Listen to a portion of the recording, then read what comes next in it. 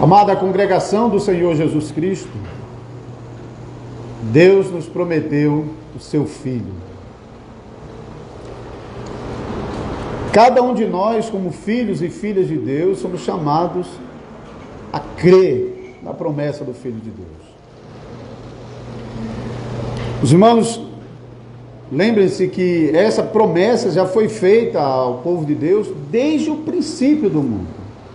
Quando Deus colocou os nossos primeiros pais, Adão e Eva, no paraíso, e quando ali os nossos primeiros pais fracassaram no teste, não se mantiveram fiéis à palavra de Deus, à vontade de Deus, à lei do nosso Deus, mas transgredindo o mandamento, avançaram contra a palavra de Deus, na direção do pecado, na direção do mal. Os nossos pais, por causa da transgressão, ouviram ali mesmo, no ambiente da graça, o juízo condenatório dos seus pecados, a ameaça de morte eterna, mas também ali eles ouviram a promessa do Evangelho, que anunciou a eles a vinda do Filho de Deus. Em Gênesis 3,15 nós lemos que o Senhor prometeu aos nossos pais que da semente da mulher nasceria um que pisaria a cabeça da serpente, que anularia o veneno da serpente, que acabaria com o estrago que o diabo, personificado ali na antiga serpente, trouxe sobre toda a raça humana. Essa promessa não ficou com os nossos primeiros pais, que foram expulsos do paraíso, mas levaram consigo essa promessa e ensinaram essa promessa a seus filhos. E quando chegamos na época do patriarca Abraão, Deus renovou essa promessa ao patriarca Abraão, prometendo-lhe também um filho. Quando Deus chamou Abraão para peregrinar em Canaã, ele prometeu a Abraão que faria dele uma grande nação. Isso pressupunha que ele teria filhos. Mesmo sendo Abraão já de 75 anos, quando deixou sua terra para peregrinar em Canaã, Sara sendo de 65 anos, eles creram na palavra da promessa, eles creram que Deus faria dele um grande povo, que possuiria a terra da promessa, e assim Abraão com Sara e os seus pertences, e também Aló, seu sobrinho, deixaram Harã e peregrinaram em Canaã. E durante toda a história do Antigo Testamento, a nação pactual de Israel esperava pelo cumprimento dessa promessa. Cada vez eles estavam meditando na palavra de Deus, relembrando as promessas, que de vez em quando era repetida pelos profetas, como Isaías, por 2 vezes, ele nos diz: a virgem conceberá e dará à luz um filho. Em outro lugar, ele diz: ele será maravilhoso conselheiro, Deus forte, Pai da eternidade, príncipe da paz. Um menino nos nasceu, um filho se nos deu. E na passagem de Lucas, que nós acabamos de ler, nas palavras do anjo a Maria, Deus faz o último anúncio dessa promessa, antes do seu cumprimento. Deus mais uma vez vem ao seu povo, por meio do anjo, e promete que o cumprimento dessa promessa seria para muito em breve. Quando Deus prometeu o filho Abraão, desde o capítulo 12, na saída de Abraão do Egito, e depois no capítulo 15, ele faz a promessa do filho, mas no capítulo 17, quando Deus repete a promessa a Abraão, Deus diz: daqui a 1 ano eu voltarei, e Sara terá um filho. Isso é mais ou menos o que o anjo está dizendo para Maria aqui. Não é uma promessa para longe, mas uma promessa para se cumprir muito em breve. Quando Maria recebeu a visita do anjo e o anúncio dessas palavras pelo anjo, Maria, ela ficou assustada e assustada com a presença do anjo e confusa com as palavras do anjo. Maria não sabia o que estava acontecendo e nem associou diretamente a chegada do anjo com o cumprimento da promessa, que já se fazia aí, seus 4.000 anos, mais ou menos. A nossa irmã Maria, assustada com a chegada inesperada do anjo e ainda confusa com as palavras do anjo, ela foi tranquilizada com as palavras do anjo. Maria, não precisa temer. Você achou graça diante de Deus. Deus está em favor de você. Deus não está contra você.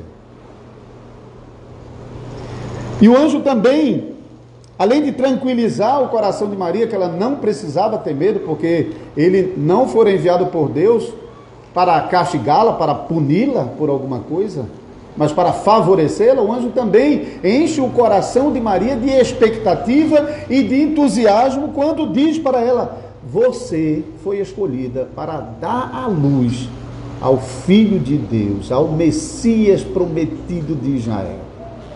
Irmãos, isso tinha um significado muito forte para qualquer mulher daquela época. A promessa da vinda do Filho de Deus sempre foi uma expectativa durante toda a história de Israel. E até podemos perceber que quanto mais se aproximava o dia da vinda do Messias, o Espírito Santo estava mesmo fomentando isso no coração dos crentes em Israel, de modo que alguns deles chegaram a receber da parte de Deus a revelação que não morreriam sem ver o Salvador. Lembre-se de Simeão. Muitos colocavam o nome dos seus filhos, de modo que Deus e a salvação refletiam no nome dos filhos. Por exemplo, Oséias, Josué, Jesus, que é o equivalente a esses nomes no Novo Testamento. Maria, agora tranquilizada com as palavras do anjo e suspirando de expectativa por causa do anúncio de que ela fora escolhida para dar a luz ao Filho de Deus, mas ainda sem saber como isso ia acontecer. Afinal de contas, ela não era casada ainda com José, estava desposada, mas fica muito claro por esse texto aqui, e não apenas pela palavra desposada, de que de fato ela não tinha nenhuma relação ainda com o seu noivo. E o anjo então mostra que como não poderia deixar de ser, porque o início da vida, da criação, da salvação, são eventos que desde o princípio do mundo foram marcados por extraordinariedade, pela obra poderosa, milagrosa, misteriosa de Deus. Nós já falamos sobre a criação, quando todas as coisas começam a surgir na criação, como o poder de Deus se manifestou e como a glória de Deus foi apresentada em cada elemento da criação. Não seria diferente quando a obra de recriação iniciasse. E ela inicia exatamente nesse ponto, com a concepção do Filho de Deus. O eterno Filho de Deus, que é e permanece Filho de Deus desde toda a eternidade, o eterno Filho gerado de Deus, que nunca houve um tempo em que ele não existisse, mas esse eterno Filho de Deus, ele deixou o trono da glória para assumir a nossa humanidade, para se tornar um conosco, exceto que ele não tinha pecado e não cometeu pecado algum, mas experimentou o que é padecer nas fraquezas da natureza humana, todo tipo de tentação, de dor e de sofrimento. E não podia ser diferente, e que no contraste entre o dono do mundo e os pecadores, ele entrasse no mundo de modo simples, mas nem a simplicidade da chegada do Salvador ao mundo passou despercebido da glória que isso significava. O anjo diz para Maria: lembre-se de Isabel, sua prima. Todos diziam que Isabel era estéril e que não daria à luz filho, e sendo ainda ela já a idade avançada. Mas agora, esse já é o 6º mês da gravidez daquela que diziam que não podia dar à luz o filho. O mesmo milagre que Deus fez em Isabel, Deus vai fazer com você. E mais ainda, porque lemos que em Maria, ela mesma diz, bom, tem um problema aqui, tem um obstáculo aqui, porque eu não tenho relação com homem algum. Mas aí Deus revela a grandeza do milagre nas palavras do anjo. Ele disse, versículo 35, descerá sobre ti o Espírito Santo, e o poder do Altíssimo te envolverá com a sua sombra. Por isso, também o ente santo que há de nascer será chamado Filho de Deus. Esse Filho de Deus tomaria da verdadeira natureza humana de Maria, mas sem a ajuda de um homem. Deus realmente mostrou que algo improvável, impossível, segundo a concepção humana, aconteceria. Como ainda hoje, para muitas pessoas, permanece uma coisa inaceitável, inconcebível. Como também é inconcebível para a mente dos incrédulos que no princípio do mundo, quando nada existia, Deus tinha chamado todas as criaturas por palavra, chamando e eles, cada criatura vindo à existência. Como também é difícil para a mente incrédula que no fim dos tempos todos os que morreram em Cristo Jesus sejam ressuscitados pelo poder do seu santo chamamento, quando do céu ele bradar e todos os que estiverem nas sepulturas ressuscitarão pelo poder da palavra de Deus. Para os crentes, isso não é problema. Aqueles que pela fé creem que Deus trouxe todas as coisas à existência a partir do nada pela sua palavra, aqueles que creem nisso, creem também que Deus há de ressuscitar cada um de nós no último dia, e creem que Deus operou esse grande milagre no ventre da Virgem Maria. Então a glória do milagre e o mistério da encarnação do Filho de Deus é um contraste imenso entre a majestade do Rei sentado à direita de Deus e o nascimento de um homem no ventre de uma mulher simples chamada Maria. Aquele que é o dono do mundo, imagine, vindo ao mundo pelo ventre de uma mulher simples. Aquele que é o dono do mundo cumpriu a promessa de vir ao mundo para ser o Salvador prometido que pisaria a cabeça da serpente, para cumprir a promessa do Filho de Deus, que desde o princípio do mundo tem sido prometido, como também a Abraão e a toda a nação pactual de Israel, e como o descendente de Davi, cujo reino nunca teria fim.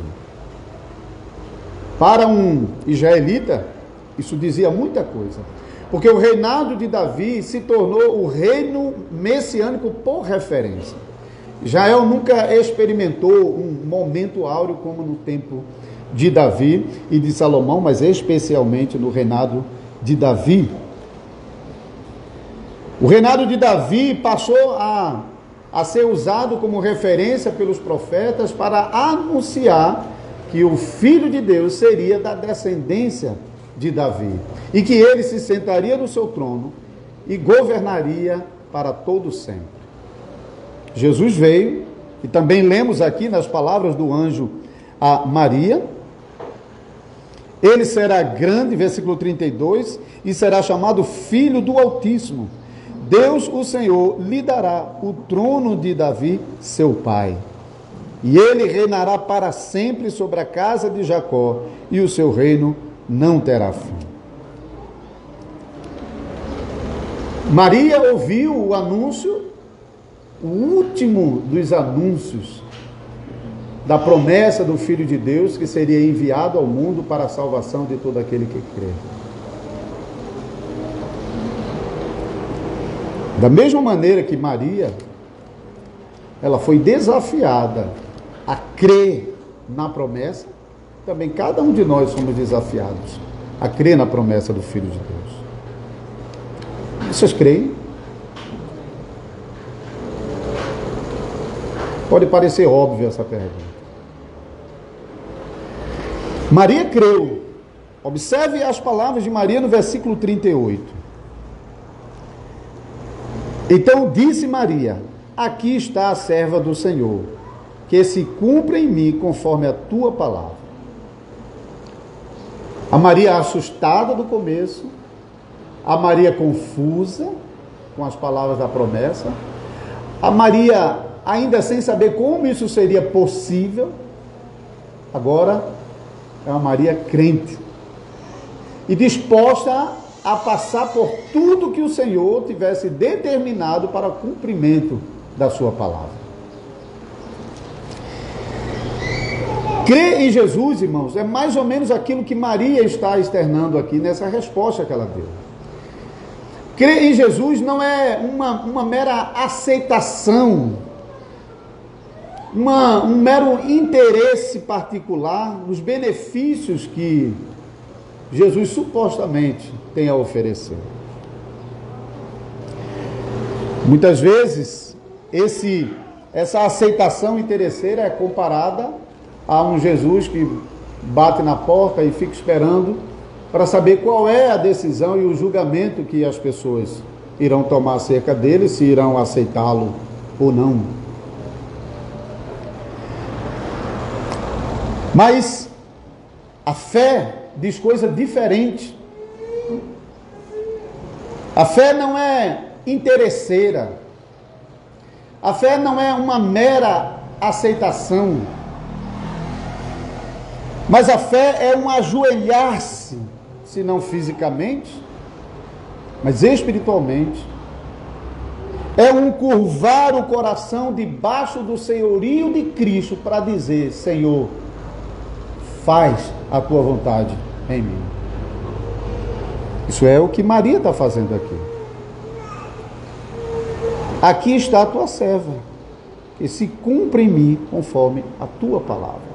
Maria se curvou perante o senhorio de Cristo, não pensando demais nos danos que isso poderia lhe trazer.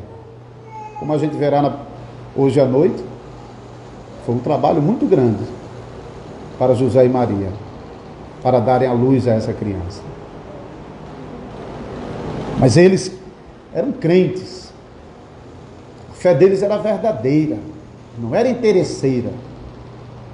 A fé deles os levaram a se submeter à vontade de Deus, custasse o que custasse. De modo semelhante, os crentes da igreja de Tessalônica, o apóstolo Paulo escreve já na saudação da primeira carta, no versículo 9, que eles abandonaram os ídolos para servir ao Deus vivo.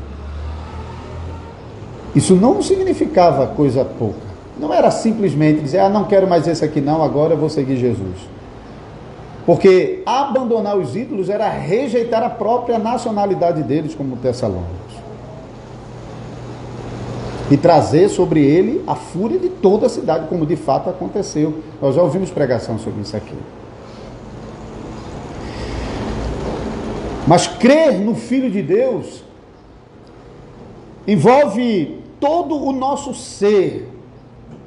Intelectualmente falando, significa que você entende qual é o seu estado de miséria, de pecado, entende a sua incapacidade de mudar essa situação por você mesmo, e a absoluta dependência da obra de Cristo Jesus, a obra que ele realizou na cruz, como a única maneira de reverter a sua situação de pecado, transformando você de um pecador condenado em um pecador remido, o Filho de Deus. Precisamos ter esse entendimento. João 6:68, Pedro, assumindo a voz dos discípulos, disse: para onde iremos? Para quem iremos? Se tu tens a palavra da vida eterna. Não tem outra fonte, outra maneira. Não tem a nossa fé, não tem a nossa obediência, não tem o nosso rigorismo nas coisas sagradas. Somente Jesus. É preciso compreender essa verdade. Mas ainda precisamos avançar, porque tem muitas pessoas que, quando você explica essas coisas, eles compreendem, mas não têm vontade de fazer isso, de assumir essa posição. Então, a verdadeira fé, do ponto de vista da vontade, leva o crente a desejar servir a Cristo, como Maria está fazendo. Eis aqui a serva do Senhor. Cumpra em mim aquilo que o Senhor tem dito. O custo de seguir a Cristo, irmãos, às vezes é bem caro para nós. Quando Jesus disse em Lucas 9, 29, um pouco mais adiante desse texto, quem quiser vir após mim, negue-se a si mesmo. Tome sua cruz. Então, venha e siga-me. Não me siga sem negar a si mesmo. Não me siga sem tomar a cruz. Porque a vida debaixo do pecado é uma vida difícil. Não é uma vida fácil, não. Talvez ter o nome de crente não é coisa tão difícil assim. Mas servir a Cristo fielmente, nesse mundo, é sinônimo de perseguição. Porque os nossos pecados militam contra isso. O mundo caído não quer isso. E Satanás trabalha contra isso. Imagine aí, 3 inimigos poderosos contra os quais você tem de lutar para servir fielmente a Cristo. A sua própria natureza caída, o mundo como um sistema perverso, caído, e Satanás como o príncipe desse mundo, como o agente provocador de todo ataque contra a igreja de Cristo. Não é fácil não, não é barato não. Mas o crente, ele está disposto, ele quer isso. O crente, ele sabe que isso pode trazer dores e sofrimentos, mas ele quer exatamente isso. Para enfrentar isso, ele busca o Senhor e a graça do Senhor, para que possa ter firmeza, especialmente nos momentos difíceis. Mas ainda é necessário mais um ponto para deixar bem claro que até agora não é um interesse próprio em compreender essas coisas e até desejar isso, porque pessoas podem desejar isso por interesse próprio. Na igreja, muitas pessoas chegam não por causa de uma verdadeira fé, mas por interesse próprio. E esse interesse pode ser o mais diverso possível. Mas o verdadeiro crente vai adiante. E ele mostra que, até aqui, a sua compreensão de que Cristo Jesus é o único Salvador, a única solução para o seu estado de miséria, e que ele tome então a decisão de seguir a Cristo como único Salvador e Senhor de sua vida, mas ele não faz isso por interesse próprio, ele faz isso por amor. Emocionalmente, ele não apenas quer fazer por causa do seu interesse, mas ele tem prazer em servir a Cristo, mesmo que servir a Cristo custe a ele os maiores sofrimentos durante a sua jornada aqui por esse mundo. Lembre-se das palavras dramáticas do apóstolo Pedro mais uma vez.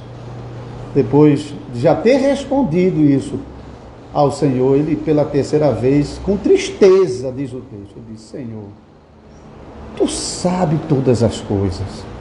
Tu sabe que eu te amo, Senhor. Pedro sabia muito bem que ele não estava em condição de sustentar a afirmação que estava fazendo.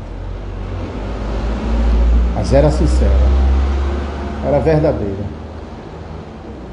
Cada um de vocês que querem servir a Deus, porque compreendem o estado de condenação e em Cristo a única fonte de salvação. Vocês são crentes porque vocês amam o Senhor, vocês querem porque vocês têm prazer de servir ao Senhor, não por interesse próprio. Mesmo que vocês tenham de enfrentar as situações mais dramáticas dessa vida. O amor nos leva a abraçar a nossa confissão com firmeza, com segurança, e transforma os mais simples dos crentes em testemunhas poderosas e mártires em favor da fé. E não pense que os grandes nomes de homens e mulheres do passado, que se tornaram conhecidos pela sua coragem e disposição de perder até a própria vida por amor ao Salvador Jesus Cristo, não era uma virtude deles, nunca foi.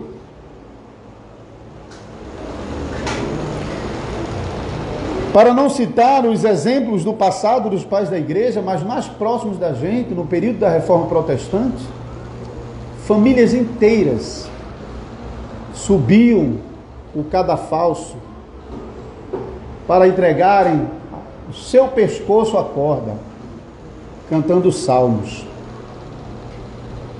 porque eles sabiam o que esperavam por eles.